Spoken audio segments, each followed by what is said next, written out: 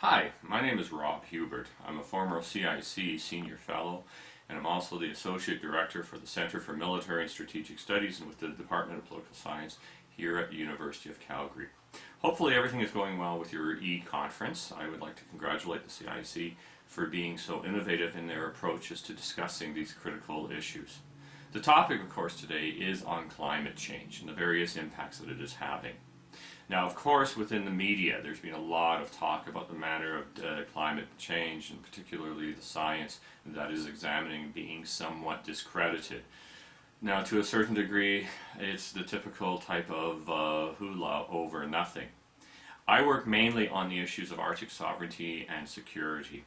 And from my discussions with the scientists, from those that are actually doing the day-to-day research into whether or not climate change is real, its causal factors, and what it ultimately means in terms of our ability to function in the Arctic, there's no question in my mind whatsoever that climate change, in fact, is a real phenomenon, and one that, of course, should not be belittled.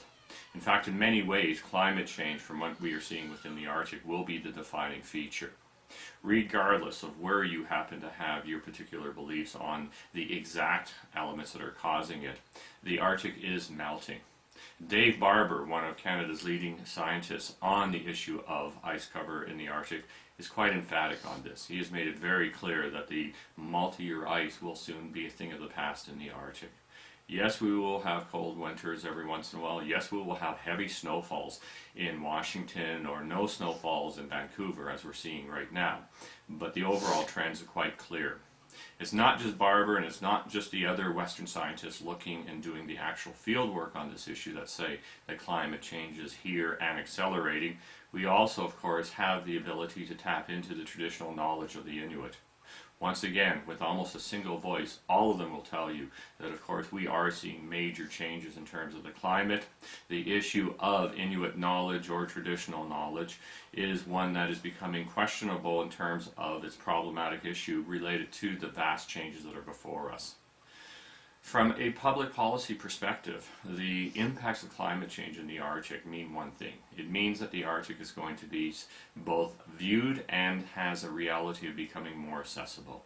The greater accessibility means that the rest of the world is now becoming very interested in the Arctic. In years ago, most people would talk Arctic and say, well, yes, you know, it's pretty, you have the Inuit up there, and move on to other conversations. The reality is the combination of new globalized technologies, the melting ice, and the fact that we think that there is a lot of resources locked into the Arctic means that in terms of climate change, we're going to be seeing the Arctic become a much busier location.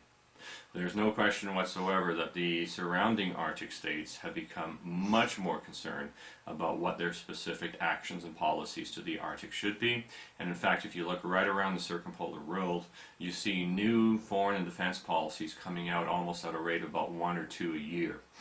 Every Arctic state has issued one, and we also see substantial rebuilding of Arctic capabilities from almost all of the Arctic states. The one exception, of course, is Iceland, and that is, of course, because of the economic crisis that it continues to face. From a Canadian perspective, we also see countries such as Japan, China, South Korea becoming very interested, and in fact all these countries are trying to seek observer status within the Arctic Council, which is of course the leading governance instrument that we have in regards to the Arctic. In terms of winners and losers, in terms of the Arctic region, it remains uncertain because we don't know what type of governance system that we are going to be creating. On the one hand, there is talk of cooperation, and one hopes that we will see things such as the Arctic Council strengthened.